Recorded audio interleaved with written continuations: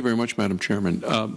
This year is another example why it is a necessity to conduct more prescribed fires, perform more fuel reduction treatments, and undertake more vegetation management projects to thin our unnaturally overcrowded forests. According to the Forest Service, between 62 and 82 million acres are in need of treatment and are at risk of catastrophic wildfire. Over 40% of the entire national forest system, and the number is growing. So we simply can't allow the status quo to continue. That's why I've introduced S1691, a bill called the National Forest Ecosystem Improvement Act, and it's designed to make treating our forest the priority it needs to be. The Forest Service also states specifically there are about 12.5 million acres in need of mechanical treatment such as thinning. With these numbers in mind, does each of you agree that Congress must take action to increase the pace of treatment using both prescribed fire and mechanical methods to restore forest health and reduce the severity and the size of wildfires? Everyone agrees with that. Dr. Covington, in your written testimony, you say it's too late to use controlled burning alone to protect communities and restore forest health. You then explain why first thinning and removing unnaturally high tree densities and then introducing fire produced stunning results. So would you elaborate on why you think it's too late to just use controlled burns alone, and what are some of the stunning results that you're seeing? Okay, so when I first started out in this work back in 75, 76, I was pretty much thinking that if fire exclusion had caused this problem, you just put fire back in, that ought to solve the problem. And so I embarked on a 6-year program of study working with cooperators with Forest Service to try this.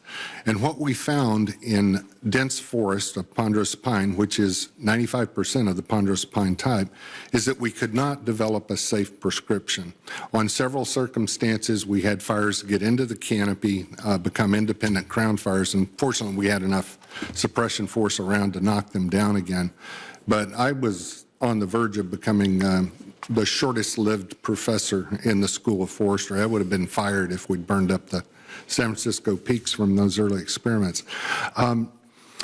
Then that caused us to look at thinning out the post-settlement trees to try to restore natural conditions. And those first experiments have just been so stunning. We've now done this throughout areas in the West, especially Arizona, New Mexico, and Colorado. And what we see is old-growth trees that have put on no growth at all for decades start growing like teenagers.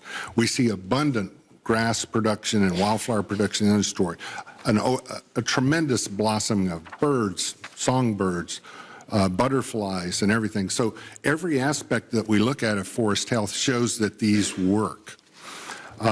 The difficulty that we've got, Senator Barrasso, is not all areas are accessible for being able to remove all of the biomass and the thin material. So a problem that we're dealing with right now is trying to figure out how can you do on-site disposal of some of these materials while not creating excessive fire hazard or dumping a lot of smoke into the atmosphere. We're talking about putting a lot of treatments down around urban wildland interface areas, and that's where people live, and people have asthma and they have lung diseases, and they like to breathe clean air. So right now we're putting a lot of focus on how we can deal with that biomass issue.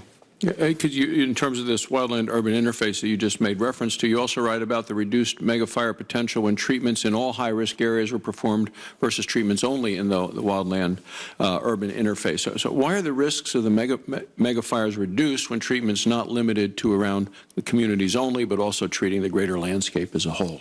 Well, thank you for the question. The treatments around communities are designed to protect houses primarily, to help out with fire department operations.